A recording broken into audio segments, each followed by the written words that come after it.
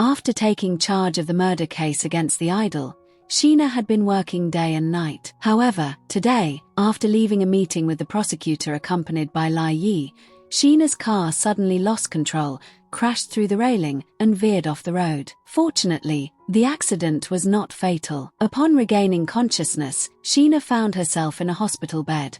Both she and Lai Yi had suffered only minor injuries. Lai Yi went to the reception to look for a nurse but noticed that everyone around was staring at him. He soon realized that reporters had already arrived at the hospital after hearing the news. To protect Lai Yi from the media, Sheena disregarded her need for rest and left the hospital with him immediately. On the way back, Lai Yi's gaze fell upon Sheena's injured hand. Just then, the taxi braked suddenly, and Lai Yi instinctively reached out to protect her. In that fleeting moment, a subtle romantic tension sparked between them. After getting out of the car, Sheena couldn't walk properly due to a cramp in her leg. Lai Yi lifted her into his arms and, ignoring her protests, carried her straight into the house. Once inside, Lai Yi noticed that Sheena was having trouble drying her hair because of her hand injury, so he carefully took her to the courtyard and brought a fan for her. Lai Yi brought up the name Prosecutor Guo had used to address Sheena. Back when they were classmates,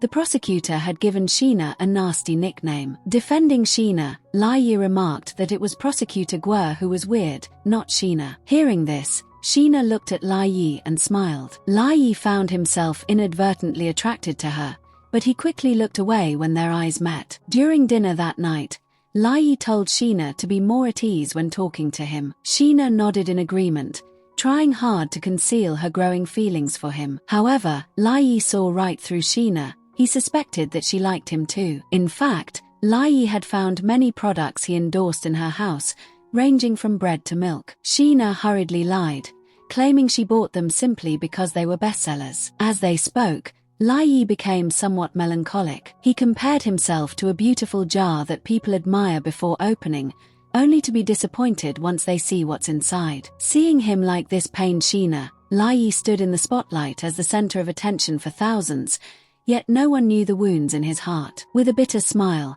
Lai Yi said that everyone loved Lai Yi the idol and wanted the Golden Boys member, but no one wanted the real him. The real person had flaws and wasn't perfect. The only person who had accepted his imperfections, their team leader, was no longer alive. Lai Yi considered himself lucky that Sheena wasn't a fan.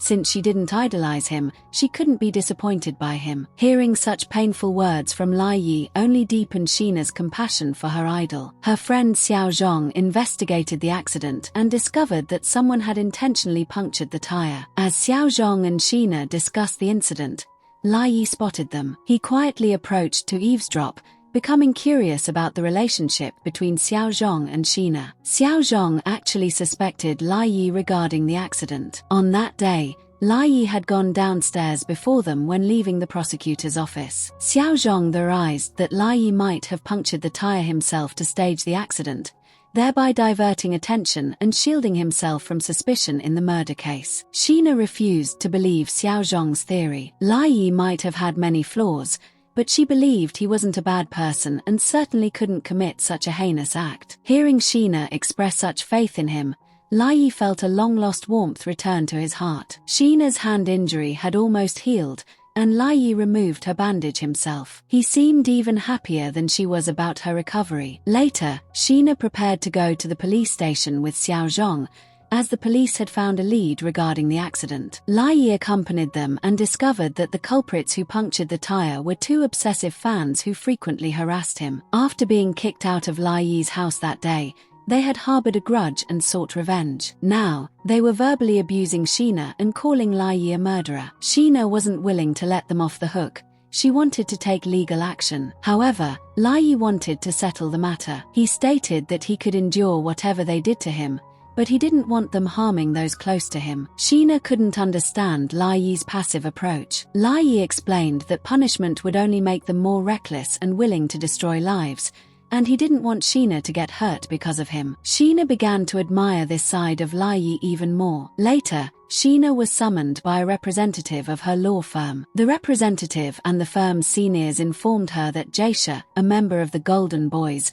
had likely provided evidence against Lai Yi to the prosecution. They advised Sheena to drop Lai Yi's case. Without a moment's hesitation, Sheena declared she would fulfill her duty to her client to the very end. She was even willing to resign if her actions caused harm to the firm. However, the situation surrounding the case remained grim. Sheena reminded Lai Yi that since Jaisha had testified against him, he would eventually have to confront Jaisha as the prosecution verified both accounts. Sheena asked what Jaisha might say, but Lai Yi thought about it and simply shook his head. To manage the potential fallout, Sheena decided to meet someone close to Jaisha, the youngest member of the Golden Boys, Lao Yao. Under Sheena's questioning, Lao Yao became visibly nervous. Lai Yi recalled that Lao Yao had previously testified that Jaisha hadn't left the hospital on the night of the incident, but the truth was the opposite. Lai Yi asked Lao Yao why he had lied. Lao Yao admitted to lying and revealed to Sheena and Lai Yi what had actually happened that night. That night had been Lai Yi's concert. Prior to the concert, Jaisha and Lao Yao had fought with Lai Yi and were admitted to the hospital with injuries. While in the hospital, Jaisha read fan comments praising Lai Yi as the center while belittling him. Comments claimed Jaisha's success was solely due to Lai Yi's charity. Consumed by rage and jealousy, Jaisha even suspected that Lai Yi was orchestrating the fan abuse against him. Initially, Lao Yao dismissed Jaisha's complaints, but when he woke up, Jaisha was missing from the cabin. Shortly after, the news of their captain's murder broke on TV. Lao Yao admitted that he later asked Jaisha where he had been, but Jaisha forced him to lie, and he felt compelled to comply. Although Lao Yao's lie had put Lai Yi in danger, Lai Yi didn't blame him. He knew that Lao Yao and Jaisha had been like brothers since their trainee days. Sheena then turned the conversation to Lai Yi. Everyone said his relationship with Jaisha was strained, and she wanted to know why. Lai Yi slowly explained that in the beginning, he and Jaisha were friends,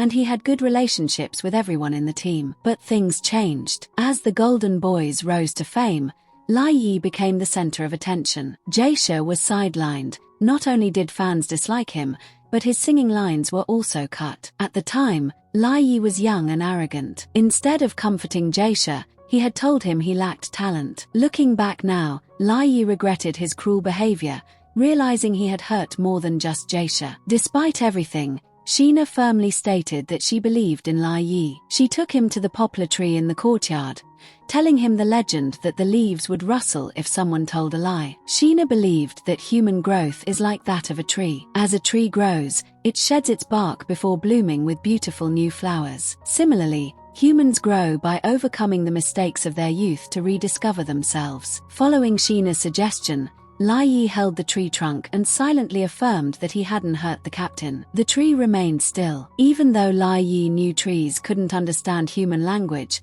the moment brought a sense of peace to his heart. As they were talking, Lai Yi's ex-girlfriend, Hui Zhu, the youngest daughter of a wealthy family, arrived. Seeing Lai Yi staying at a female lawyer's house, Hui Zhu grabbed his hand, insisting on taking him with her. But this time, Lai Yi didn't hesitate. He pulled his hand away from Hui Zhu, walked over to Sheena, and held her hand. This was where he wanted to be. The episode ends here. For the next episode, please like, comment on the video, and subscribe to the channel.